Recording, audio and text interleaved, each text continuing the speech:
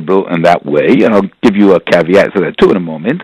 The rabbi is a very open-minded, tolerant, highly educated, thoughtful fellow, Rabbi Benjamin Samuels. He's actually right now also studying for doctorate, I think, at Boston University in religion, science, and philosophy, or something like that. Many of my friends in the shul believe, like on the same wavelength as I am. I've been studying Talmud for the last 28 years with a Talmud study group on Shabbat afternoon. And again, many, if not all, of the members of that group, I can't speak for the specific belief systems of all of them, but I thank them actually in the acknowledgement section of my book, are very much on the same wavelength with me. And I know, I sense that there are many people in the shul who, to a greater or lesser degree, are sympathetic to some of the views in the book. Who they sit in shul, and when they're hearing the Torah read, they're not saying, this was word for word a verbatim revelation from God. So I haven't really felt much flack or ostracism from the shul community of which I am a member. Now, if I was living in a different community with a more yeshivish type of orthodoxy, maybe they wouldn't give me an aliyah. I don't know what their policies are. Nowadays, people give aliyahs even to people who are Chalal Shabbat B'Farhesia, because things have changed now from the time when the halachot were written to kind of not allow public desecrators of fundamental laws to get an aliyah. I'm not Chalal Shabbat B'Farhesia. I'm Shomer Shabbat B'Farhesia. But so I don't feel ostracism, and surely not in an academic environment. And Hebrew College has always been a cultural, Hebraic cultural institution. It wasn't affiliated with any religious denomination within Judaism, and didn't define itself as religious until around 5 or 6 years ago when we set up this trans-denominational rabbinical school. But that's also obviously quite broad in its spectrum of belief systems of the students and the faculty. So I'm perfectly comfortable. I have had more with family issues sometimes with certain members of my family, and I mentioned that in the book too, I think, where they were uncomfortable with my views, and but nothing really particularly serious or any sense of ostracism, and so yeah, that's the situation. Okay. Now, I don't feel comfortable, going back to the Rosh Yeshivas that I learned with in yeshiva and sticking the book in their face. That would be very hurtful to them, I'm sure. But I'm not in that community anymore. Where does your book break new ground? Okay, I think that the main contribution of my book, at least I think it's the main contribution, is where I try to explain in greater depth and detail than maybe some other writers have done, the reasons or the defense strategies that people use to defend themselves against arguments and evidence that challenge their belief systems. So various stratagems of defense. Also, when I get into this discussion, for example, in the 10 or so different ways of construing what is truth or how important truth is into one's life.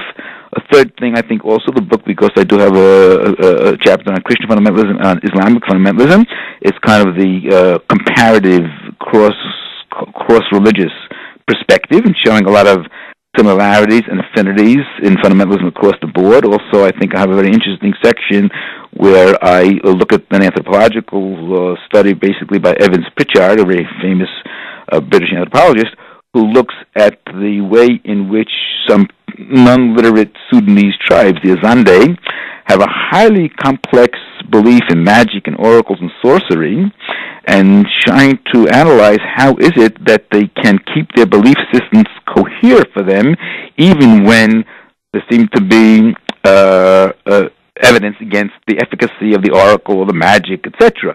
And then I try to take some of those concepts which she brilliantly analyzes and see, can I apply that to even more sophisticated religious belief systems, certain like theological beliefs in Orthodoxy, or again, not only in Orthodox Judaism, and try to show that there are a lot of affinities in the way in which the anthropologists have analyzed other groups which seem to have, in our terms at least, none or less sophisticated rational and theological system of belief, and yet see that there are many similarities, although the language is much more sophisticated in contemporary theological discourse, but underlying the concepts that theologians invoke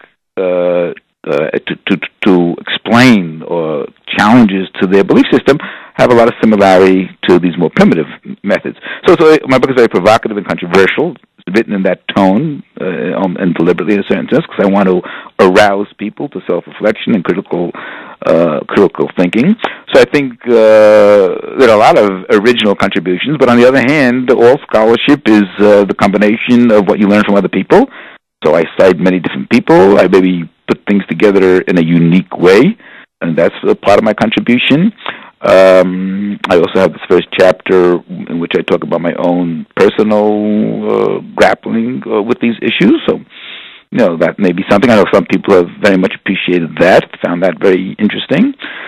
So, I don't want to, sound that my book is the biggest, the most important book on the subject, and that it's filled with just chidushim, no, but I think it adds something to a literature. I think unlike, for example, Hitchens and Dawkins and Harris, my book does have a deep appreciation of many of the positive aspects of religion, whereas they tend to be much less knowledgeable about religion from the inside, and also not giving it any positive dimensions. I think there are extremely positive aspects of religion, orthodoxy, and of course non-orthodox versions of Judaism as well. So in that sense, I think my book is much more balanced, and I think it's a much more insightful about religion in general than these other books from the kind of the atheist group that's kind of been dominating the bestseller list the last few years. I wanted to share very briefly my perspective and then get your reaction. I think in the human being there's a great need to believe in things that are at times that are non-rational and even irrational, and that orthodoxy's belief in the divinity of the Torah is very similar to a man's belief that his wife is the most beautiful woman in the world when clearly empirically she's not, or when people become incredibly emotionally invested in a particular sports team. Like, there's no rational reason why someone should be invested in the fortunes of the New York Yankees. Right. And there's no rational reason to believe for a man to believe that his wife is the most beautiful woman in the world. It's just a belief outside of reason that makes your life more rich. Well, I would say that there's a lot of truth to that. The question is, what happens if that belief, though, also has negative consequences? Let's say this person is addicted to the New York Yankees and therefore spends his whole time there rather than, doing things that he should be doing, making a living or whatever, something more productive. What happens if a man believes that his wife is not only beautiful, but she's the most perfect person there is, and therefore will not criticize her when she does something wrong?